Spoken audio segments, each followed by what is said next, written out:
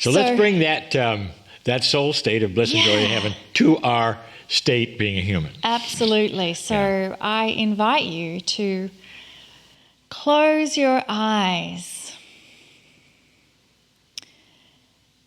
And I remind you, the words from Kryon is that when we are not here on earth, we are home with the Creator, with soul family.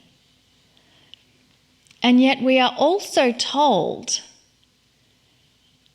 that we are in both places at the same time. So let us breathe into the energy of our soul that exists everywhere, all at once.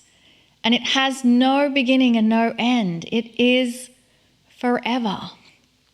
This is our natural state. And if we are coming to earth akin to a day at work, how much fun can we have on this day at work? What fun and experiments can we make? What things can we shift to make it work for us? What things can we place into our future day of work?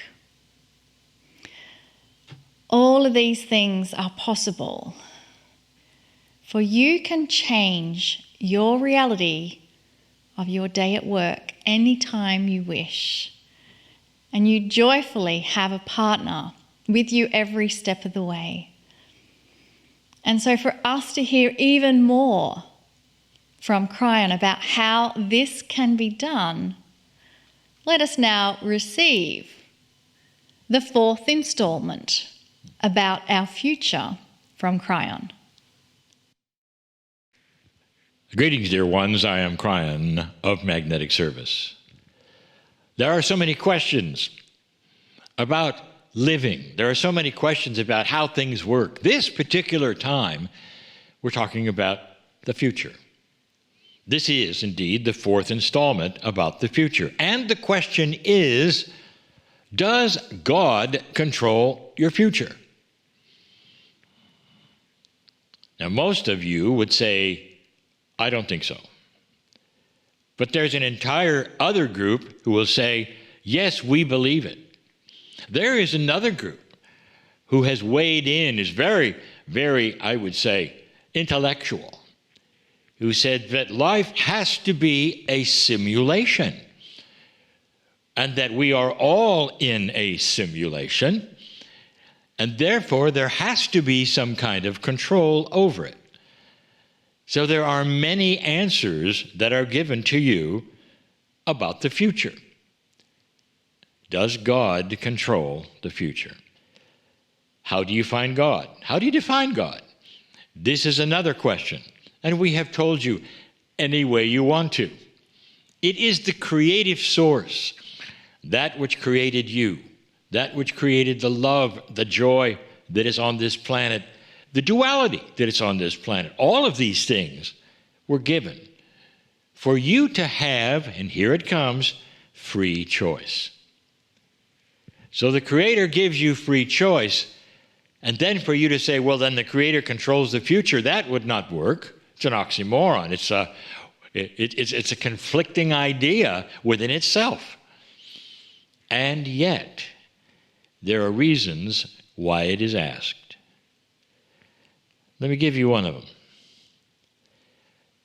Kryon has said there is no tampering with the future, that God lets humanity alone to find their own center, to find their own enlightenment, evolvement or devolvement, and that it's hands off. And yet, there have been channels that say that inventions all over the planet are given to humanity when they are needed and not before. Is that controlling the future, or is that giving you the tools when you're ready and you create the future? That perhaps is an esoteric question. How real is this idea? For those who love to study the history of technology, you find something exceptional. You find aberrations in the evolvement of technology. Things perhaps that should have been exceptionally obvious are never developed.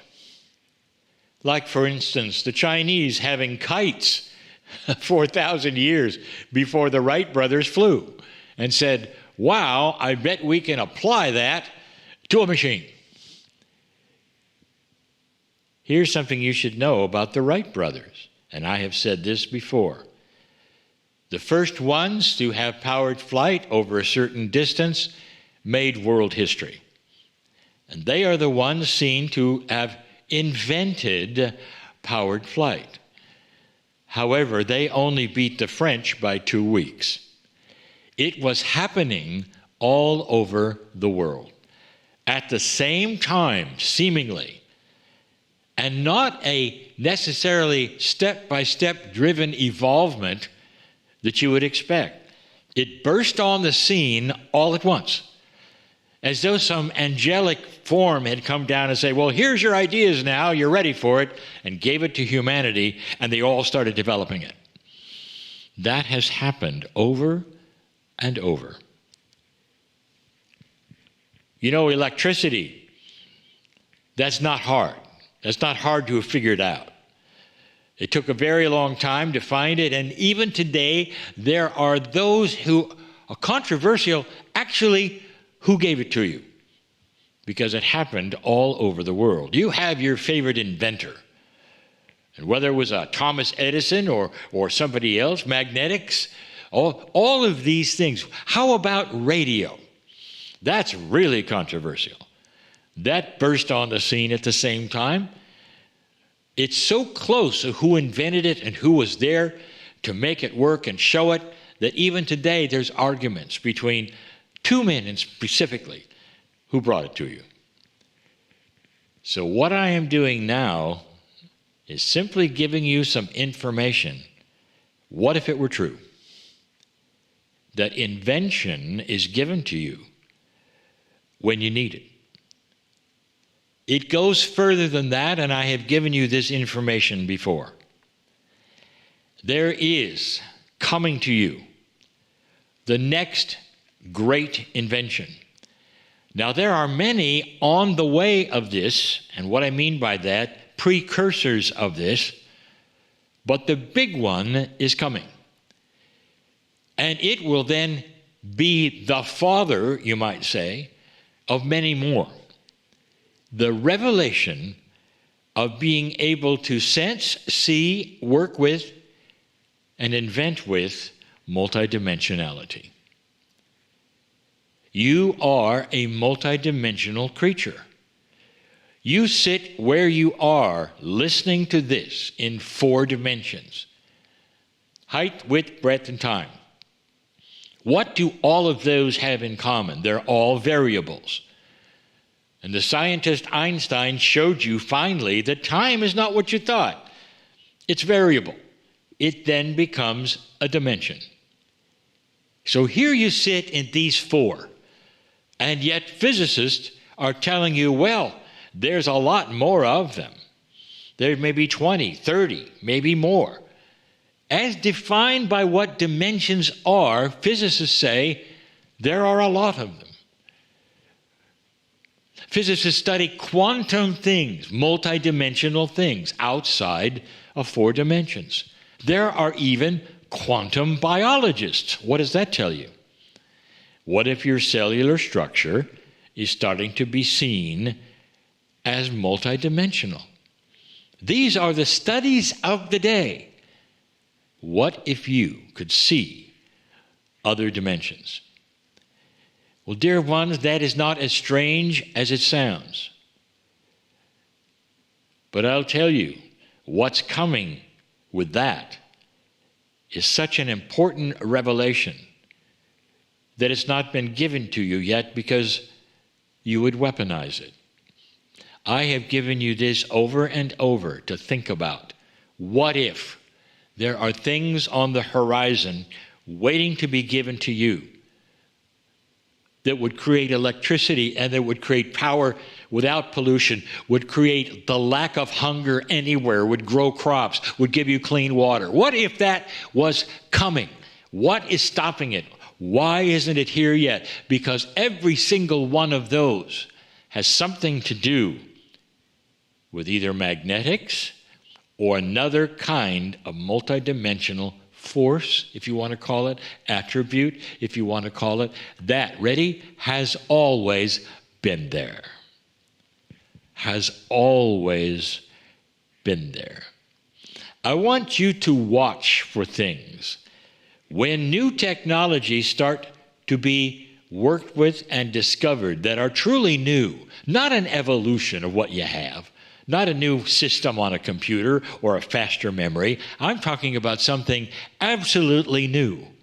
When you start to see that, there'll be an attribute in there to look for. And here's the attribute. It was always there. That whoever discovered it and is now working on it found that in the ancients, or found that in some inventor's workbook, who you know. This is what I'm telling you.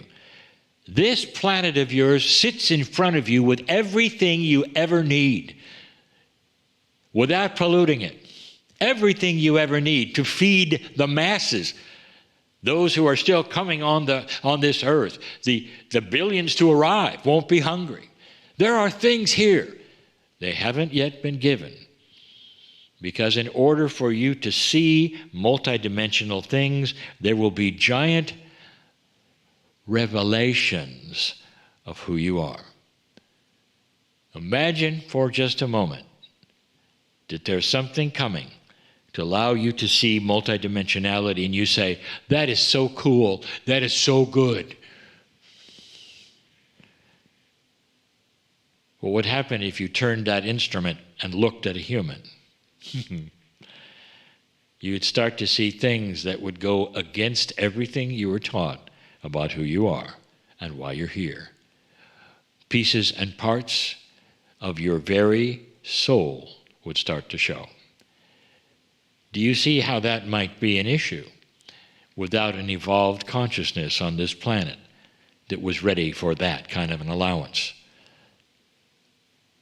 Dear ones, I am in love with all of you, and I am telling you a truth. Does God create the future? No, you do. But there are enhancements, nudges along the way for you to use. That's because Spirit is in love with humanity. I am as well. Bless you all for listening. And so it is. And following that wonderful, heart-filled, loving message from Kryon, I invite you to slowly bring your awareness back into your body. And if you've had your eyes closed, I invite you to open your eyes. And this evening, we are joined by a beautiful awakened soul who is Zooming to us from Israel. Her name is Yael Ani, and I want to make sure she's on the Zoom feed with us. Yael, are you there? Back here in this very studio, hopefully in September, to talk all about this rejuvenation invention that he has, on all the discoveries he's made, and what all this fuss is about. But right now, here in this particular program, we want to talk about this remarkable work he is doing, that he did and has continued, that has changed everything, even in my life, called pineal tones. So, before we go any further, I want to welcome our good friend and guest for this evening, Dr. Todd Ovakaitis. Hello, Todd. Hey, Lee and Monica. So excited you're finally here in the studio. I've been waiting for this anointed day. I mean, most of the reason Todd is here is because his company and his home is in the San Diego area. So that's why he's able to join us here and be live. So just hold on a minute, because Dr. Todd, we're going to ask you some very basic elemental questions in just a moment about the choir. But before we do that, we want to show everyone what we're talking about. Wow. I want you to just view this for a moment and figure this out. This is the first choir, the Lemurian choir, held in Hawaii in 2012. And there's a lot of questions you might ask that going on right here, and we're going to get to the answers of some of those, but just take a look. The first, perhaps the only thing I want you to see right now and know is this is not the full choir. That's all that would fit in there. This is half the choir. 900 showed up for this event, and we were only able to fit 450 at a time, and so there were 2 complete performances. So this was only one half of what happened. Now, I want to give every one of you an experience with the pineal tones and all that's going to happen. And Todd's just going to sit here patiently while we do this. I'm going to play 4 live choir performance videos with a very short explanation between each one of them. So I'm going to ask you a favor. Right now, I invite you to envision yourself with these choirs singing ancient tones that begin to awaken our star families, almost as if to say, we made it. And we are ready for the next level. This is the reason for these pineal tones, folks, as remembered by Dr. Todd and what he has given us to sing. So this first video is a tribute to the choir. As you'll see, our dear and late friend Kahuna Kale opened most of the choirs in this very same manner with the sacred chants that she knew from her Hawaiian lineage. After Kale, you'll see the choir sing pineal tones 9 and 3 together. So I want you to enjoy and experience this first pineal tones. Hopefully you haven't heard it before, and you'll start to understand there's energy here for you. Please listen and feel that energy of what is really happening in this video. And remember that the tones are sacred and forever. But you're hearing them sung for the first time on the planet in this way in Hawaii back in 2012.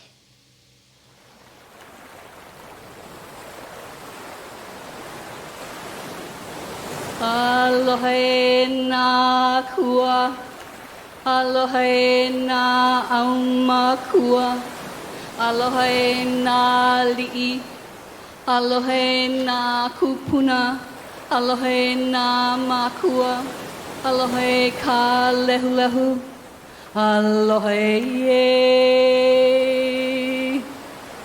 E ho mai kai ke mai luna mai e.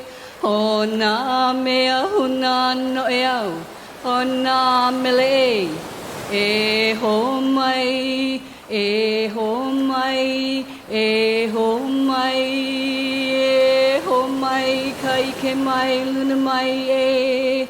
O nā mea huna no e au, o nā mele e ho mai, e ho mai, e ho mai, e ho mai, kai ke mai, luna mai e.